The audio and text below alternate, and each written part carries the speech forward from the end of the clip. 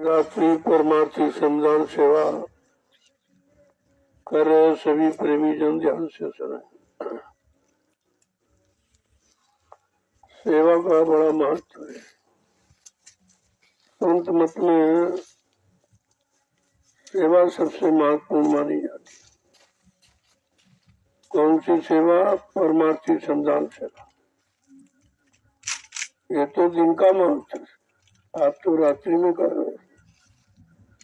इसका तो बहुत बड़ा महत्व है, जिसके बारे में किसी को मालूम ही नहीं। आप लोग जो सेवा कर रहे हो, इस सेवा का जो महत्व है उसे जबान से बखान नहीं किया जा सकता। वो तो जब उसका लाभ मिलता है तब प्रेमियों की समझ में आता। इसलिए आज आपने बहुत मेहनत किया है। पहले उधर आज सफाई करते रहे और बाद में और समय से सेवा भी आ गए।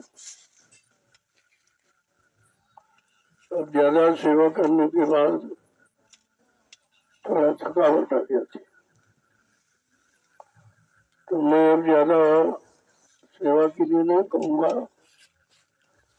धीरे धीरे अब सेवा का समय पूरा होने वाला है। इसलिए आप लोग सिर्फ 5 डलिया डालेंगे, केवल 5 डलिया। बस के बाद दशा ले लीजिए। फिर भंडारे में आज पक्का भोजन तैयार है, आप चलकर वहाँ भोजन पा। केवल 5 डलिया आपको डालने, ज्यादा नहीं, क्योंकि ये रोज का सेवा का वरदान, ये वरदान समझिए आप, आपके लिए वरदान है। 5 डलिया का जो महत्व है वो कुछ अलग है। इसलिए कुछ न कुछ आपके लिए रास्ता रखा जाता है। तो आप प्रेमियों को सिर्फ 5 डलिया डालिए। इसके बाद आप आओ और ये प्रसाद ले लो और चलकर भंडारे में भोजन प्रसादी प्राप्त करो। देखो जब कभी ऐसे अवसर मिला करे तो ये समझो कि मालिक की दया हो, क्योंकि समय तो बहुत खराब आप देख रहे, चारों तरफ त्राईमान कोहराम मचा हुआ, मौत सबके सिर पे मड़ा रही। क्या देख रहे हो आप? जहाँ जाओ वो मौत ही मौत, क्योंकि अकाल मौत जगमाही व्यापक प्रजा बहुत मरे। ये संतों की वाणी है कि आगे कलयुग में इतना खराब समय आ रहा कि अकाल मौत है, चाहे जल में डूब जाए, चाहे कुचल के मर जाए, चाहे अग्नि से मर जाए, और तब वही अकाल मौत। अकाल मौत सबसे खराब है। ये प्रेत योनि में जाने का रास्ता काल ने खोला है। उस रास्ते से आपको बचना और बचाना है। ये दोनों काम आपके साथ जुड़े। जब परमार्थी सेवा करते रहोगे तो काल के जाल से बच जाते, उसका तुम्हारे पर कोई असर प्रभाव नहीं पड़ेगा। अब उसके देश में रहते हो तो कहा कुछ लोग जलेंगे तो आँच आपको भी लगे, आँच नहीं, जलने वाले तो जल जाएंगे लेकिन आपको आँच लगेगी, क्योंकि आप उनके करीब में ही हो। अलग तो कोई गुरुदेव नगर बना नहीं जो आपको बचा दिया जाए। अगर धीरे धीरे आप परमार्थी सेवाओं में लगे रहोगे, सुमरन ध्यान भजन नित्य नियम से करते रहोगे, तो काल भी तुम्हारा कुछ नहीं कर सकता। वो कितनी चाल दिखाए, लेकिन तुम्हारे परमार्थी संदान सेवा के आगे और तुम्हारे समय के जगह नाम की कमाई के आगे उसकी एक भी चलने वाली नहीं। ये छोटा मोटा काम मत समझो, ये बहुत बड़ी चीज। आपकी सुरक्षा संभाल का ये बहुत बड़ा तरीका आपके लिए रखा गया। दुनिया के लोग तो समझ नहीं पाएंगे, वो तो समझते तो मिट्टी हो रहे हैं, उन्हें क्या मालूम इसमें क्या राज है, क्या राज छिपा हुआ है, जीवों के बचाव का कितना बड़ा आधार बनाया गया, इस तो लोगों को पता नहीं है। लेकिन जब तुम करोगे तो धीरे धीरे तुम्हें एहसास होगा। कोई भारी मुसीबत आने वाली होती है तब ऐसे हुक्म आदि जीवों को दिए जाते कि उससे बच जाओ और वहां से हट जाओ। तो आपको हटा लिया गया, इधर मोड़ दिया गया और इधर परमार्थी संधान सेवा में लगा दिया गया, तो उधर काल का रास्ता बंद हो गया, फिर आपको उससे कोई नुकसान नहीं होगा। तो जब भी परमार्थी संधान सेवा का आदेश हो तो सब काम बंद करके आपको आना चाहिए। पता नहीं कितनी बड़ी समान, कितनी बड़ी दुर्घटना से आपको बचाया जा रहा, काल के गाल से आपको निकाला जा रहा। एक तरह से नहीं, हजारों तरह से ये आपके साथ परमार्थ किया जाता है। और जीवों को चाहिए कि ऐसे समय का लाभ जरूर ले, क्योंकि ये समय फिर मिलेगा नहीं आप। और समय दिन पर दिन खराब होता जा रहा, मौत अपना तांडव नृत्य कर रही है, लेकिन दयाल के जीवन पर उसका प्रभाव नहीं पड़ेगा। अगर दयाल के आदेश हुक्म का पालन करोगे तो केवल आप ऐसे, तो काल तुमको भी नहीं छोड़ेगा। तो दयाल की दया में जो जीव है, उनके आदेश हुक्म में जो है, उनका काल कुछ नहीं कर सकता। वो तो उसके पास तक जाएगा भी नहीं, क्योंकि अगर काल डरता है तो दयाल से और किसी से नहीं। कोई ब्रह्मा विष्णु महादेव, कोई रामकृष्ण देव, इससे तो बिल्कुल डरता नहीं। तो इनको तो गुलाम बना के रखा उसने। केवल डरता है तो संत दयालु से। अब संत दयाल दया करते हैं, लेकिन फिर भी अपने जीवों की संभाल के लिए बड़ा सख्त रहते, इसलिए काल डरता है। अगर ढीले हो जाए तो काल तुम्हारे पर भी आक्रमण कर दे।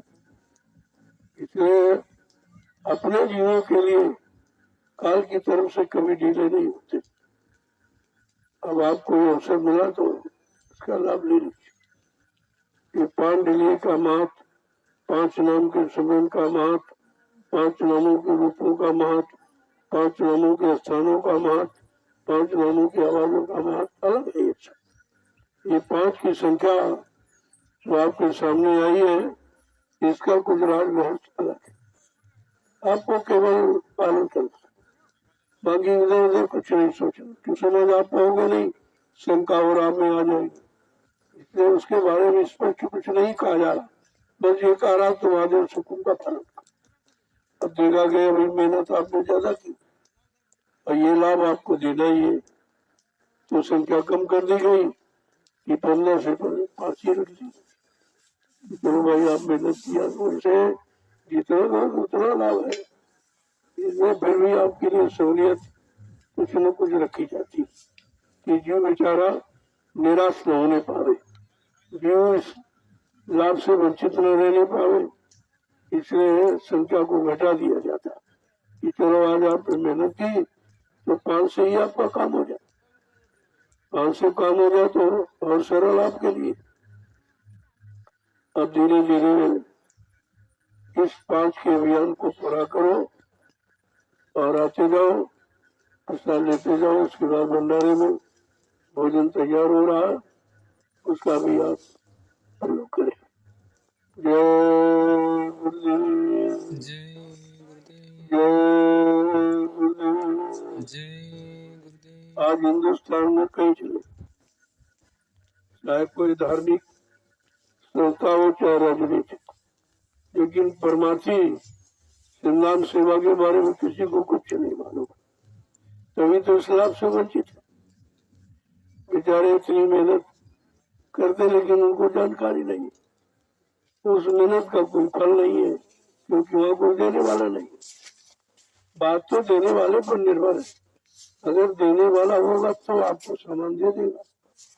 किसी दुकान पर जाओगे, दुकानदार नहीं तो सामान थोड़ी मिलेगा। इसीलिए जहाँ जहाँ लोगों ने इशारे किए वहाँ कोई नहीं बैठा देने वाला, न कोई पानी में बैठा है, न पत्थर में बैठा है, न कागज में बैठा है, न तीरथ में बैठा न मुहूर्त में बैठा, तो फिर आपको लाभ पहुंचेगा। इसीलिए प्रणाम देखो उल्टा, अकाल मौतें बढ़ती चली जा रही। फिर भी लोगों को इस बात का गौर ख्याल नहीं है कि हम तो अच्छे काम के लिए और धर्म के लिए आए थे। ये क्या हुई तुम लोग, ये काल का काम कैसे शुरू हो गया, काल ने अपने चपेट में कैसे ले लिया, हम सबको काल मौत में भेज करके तमाम युगों के लिए आपको प्रति उन्होंने भेज दिया। ये तो कम से कम समझना चाहिए। लेकिन ये तो शिक्षा संत महापुरुषों के यहाँ और कहीं नहीं। जब उनके सत्संग में जाओगे, उनके आदेश हुक्म का पालन करोगे, तो आपकी भी समझ में सब आ जाएगा कि हमको कितनी बड़ी मुसीबत आपत्ति से बचाया जा रहा, हमको सुरक्षित रखा जा रहा। क्योंकि हम उधर चले जा रहे थे जहाँ सब जा रहे थे, सबको देख के तुम भी उधर चले जाते, तुम्हें क्या मालूम था, और तो तुमको तुरंत मोड़ दिया गया कि उधर नहीं, इधर, उधर खतरा है, उधर अकाल मौत है, उधर मतलब यानी 84 लाख नरकों की ओरियों में जाने का रास्ता है, तुम इधर बोलो, इधर आ जाओ तो तुम्हारा समय बच जाएगा और धीरे धीरे तुम्हारा काम भी हो जाएगा। जय गुरुदेव, जय गुरुदेव, जय गुरुदेव नाम किसका, प्रभु का, जय गुरुदेव नाम किसका, प्रभु का, प्रभु का प्यारा नाम। जय गुरुदेव, जोर से बोलो, जय गुरुदेव, सामने बोलो, जय गुरुदेव, बोलना होगा, जय गुरुदेव, अभी से बोलो, जय गुरुदेव, दुख दर्द हरेंगे, जय गुरुदेव, सब कष्ट मिटेंगे, जय गुरुदेव, सुख शांति भी देंगे, जय गुरुदेव, सबके दाता, जय गुरुदेव, सबके मालिक, जय गुरुदेव, प्रेम से बोलो, जय गुरुदेव। ये नाम नहीं इंसान का, यह नाम है प्रभु का, ये काम नहीं इंसान का, यह काम है प्रभु का। ये वो इशारा क्या है, ये इंसानों के बस का काम। देख रहे इंसान शैतान हो गया, तो इंसान किधर जा रहा, जहाँ मौत मंडरा देगी, जहाँ मौत एकदम मुंह आए बैठी और इंतजार करती जल्दी से हमारे मुंह में आ जाए। और जो बेचारा ज्ञानता के कारण भागता चला जा रहा, वो समझता हम धर्मी जगह जा रहे हैं, वो समझता हम दुखी लगाने जा रहे हैं, वो समझ रहा हम मतलब यानी पुण्य कमाने जा रहे हैं, तो वो बीच में पाप कहाँ से अभी नहीं समझ पा रहे। जो पुण्य करता है वो कभी पाप के हवाले नहीं हो सकता, और पुण्य शरीर से नहीं होता है, पूर्ण आत्मा, पुण्य तो आत्मा से होता है, और आत्मा का पुण्य है समय के नाम की कमाई के, ये पुण्य सच्चा पुण्य। इस कलयुग में समय से जो महापुरुषों ने नाम जगाया या जो नाम सिद्ध किया है, उसकी कमाई ये है कलयुग में समय के जीवन की का पुण्य। अब बेचारे इसको किसी ने बताया नहीं उनको, कोई कह रहा तीरथ में पुण्य है, कोई कह रहा मुहूर्त में पुण्य है, कोई कह रहा पानी में पुण्य है, कोई कहीं बता रहा है, कोई कहीं बता रहा। तो पुण्य के बारे में क्या, पुण्य आत्मा, पुण्य तो आत्मा से होती है, और आत्मा का काम केवल संत महात्मा जानते हैं, कोई जानता नहीं। जब संत महात्माओं की शरण में जाओगे तब तुम्हारी आत्मा का काम होगा, वो पुण्य तुम्हारे काम है। अब लोगों ने पुण्य की परिभाषा भी नहीं बताई, वो खुद ही नहीं जानते बेचारे, तुम्हें क्या बताए। ये परमार्थी, वो भी रात्रि परमार्थी चलता, जो हिंदुस्तान के विश्व में कहीं नहीं कोई करता, उसको देखिए आप, इसको समझिए तो आपका काम तो कितना सरल हो रहा, कितना थोड़े से समय में कितना बड़ा काम। पता नहीं अभी कितने जन्म लेने पड़ते, कैसे कैसे पाप करने की सजा भोगनी पड़ती, कहाँ कहाँ भटकना पड़ता। ये सब अटक भटक आपकी खत्म करने का तरीका है परमार्थी संधान से, इससे अब आपकी समझ में आ जाएगा कि आप कितना बड़ा कार्य करोगे। क्योंकि ये सेवा अपने लिए नहीं कर रहे हो, या अपने बाल बच्चों की नहीं कर रहे हो, ये तुम्हारी सेवा जीवों के लिए। जो आगे जीव आएंगे मतलब यानी जो तुम्हारी इस बनाई व्यवस्था पर बैठ के भजन करें, जो मिट्टी डाल रहे हो इस पर बैठ के लोग भजन करें और इसी पर बैठ के सत्संग सुनेंगे और सेवा करेंगे। तो कितना बड़ा प्लेटफार्म आप जीवन के लिए तैयार करें तो तुम्हें भी नहीं मालूम, लेकिन आपसे कराया जा रहा। बस बात तो करने कराने की, जब करोगे तो उसका लाभ मिलेगा। उस लाभ से कोई आपको वंचित नहीं रख सकता।